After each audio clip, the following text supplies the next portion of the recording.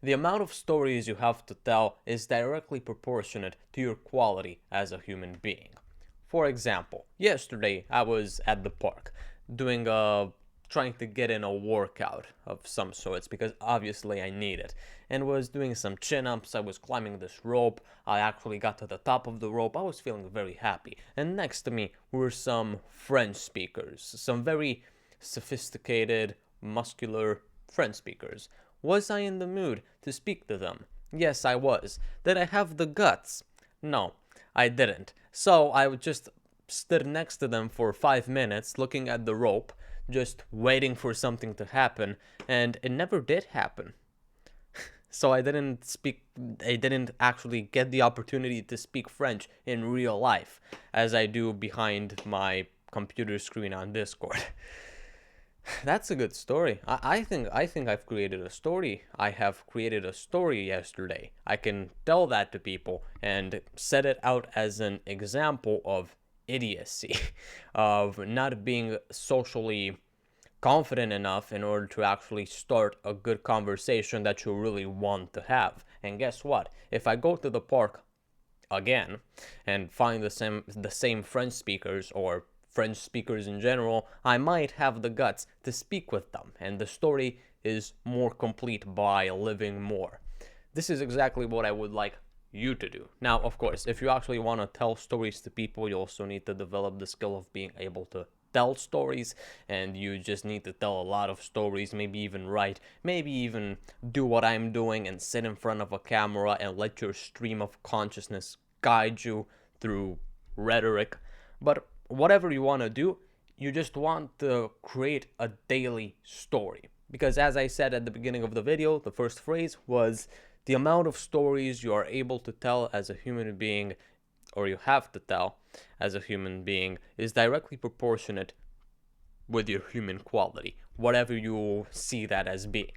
When you look at very wise people, at very badass old people, I don't know, 80, 90, people who have a bit of energy in their bodies that aren't just completely decrepit and have been mutilated by old age, they might have something interesting to tell you. I know my grandparents have a lot of stories, and I respect them a lot for them. I know my parents have a lot of stories, and I respect them a lot for it. Stupid people don't really have that many stories, and if they have stories, they are not that interesting. And what is even funnier is that stupid people will tell more stories that are not entertaining. They will actually only speak about themselves and what they have experienced, but smarter people that actually have experienced some very profound things, some very interesting things, and a lot of them will talk to you, will tell them to you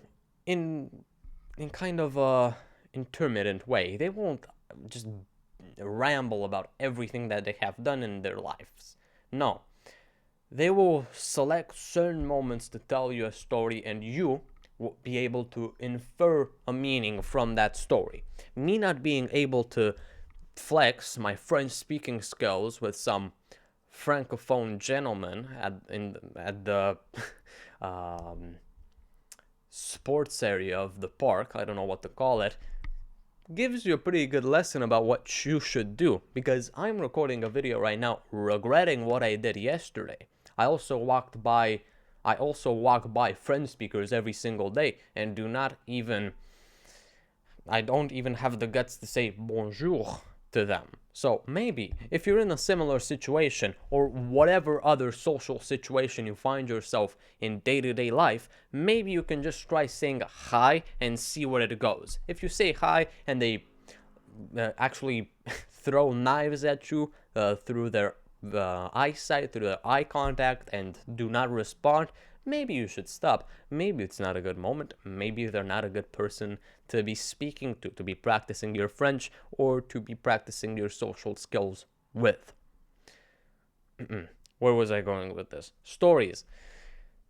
You want to write a daily story. That is a rule number one of being a masculine man, a feminine woman, a really good human being in general. Because a person who does not have stories, or has some really, really lame stories, I don't need to tell you what that kind of person ultimately is. A failure, a person that is playing a secondary character in their own lives. Now, it's kind of a cringy notion to, oh, I need to be playing, I'm the main character in my own life. Because, of course, the more you try, if you try on such an autistic scale, on such a concentrated scale, it probably won't work out well. But if you genuinely just set out to be the main character in your life, to actually do something for yourself in everyday life, you might be able to do some pretty great things. And if you listen to a lot of stories, this is why my first ever video was about how to read fiction for a better life. And that's an awful video, but the point still stands. Fiction teaches us a lot of things, and when that fiction is not fiction and it's actually reality, when it's a real life story, maybe that gets a bit amplified, even if fiction is kind of a mirror of reality. This is why we read literature. This is why a large part, I have the Diary of a Wimpy Kid here, ignore that. I don't know why. I'll read it. I'll reread it one day. This is why a lot of my here, basically, is all nonfiction. I have here my Collins classics, if you can see. I have here some like Romanian nonfiction, but I have Don Quixote, I have Harry Potter, a lot of fiction right here, French fiction, American fiction, United States fiction, because American implies something more. Yeah, United States fiction, American fiction. And also here I have actual American fiction, Colombian fiction, Gabriel Garcia Marquez. It teaches me a lot of things, and you can teach people a lot of things as well by creating your own stories. You can teach a lot of things by just writing about your life experiences, about just, by at the end of the day, just thinking, what have I done today? If I were to actually make this an interesting story, if I wanted to captivate someone, as Dumas did with The Count of Monte Cristo, or I don't know, Ernest Hemingway did with his prose, whatever, what would I do? What would I actually do? What moments would I pick out? And you will see that there are multiple moments that come to mind. But at the end, you only need to choose one. So you go from having an uneventful life with no stories, from one where you don't even know which ones to choose. Which one is the superior story? Which one will you actually be able to tell to your children, to your grandchildren, to your friends and spouse in the future? And this is how you go from a secondary character in your own life to a main character. And if you don't get the point already, create your own stories. Make every single day a different story and do something that you know you will be able to tell in a compelling fashion in the future. Send this to someone you love. Thank you, and I'll see you later.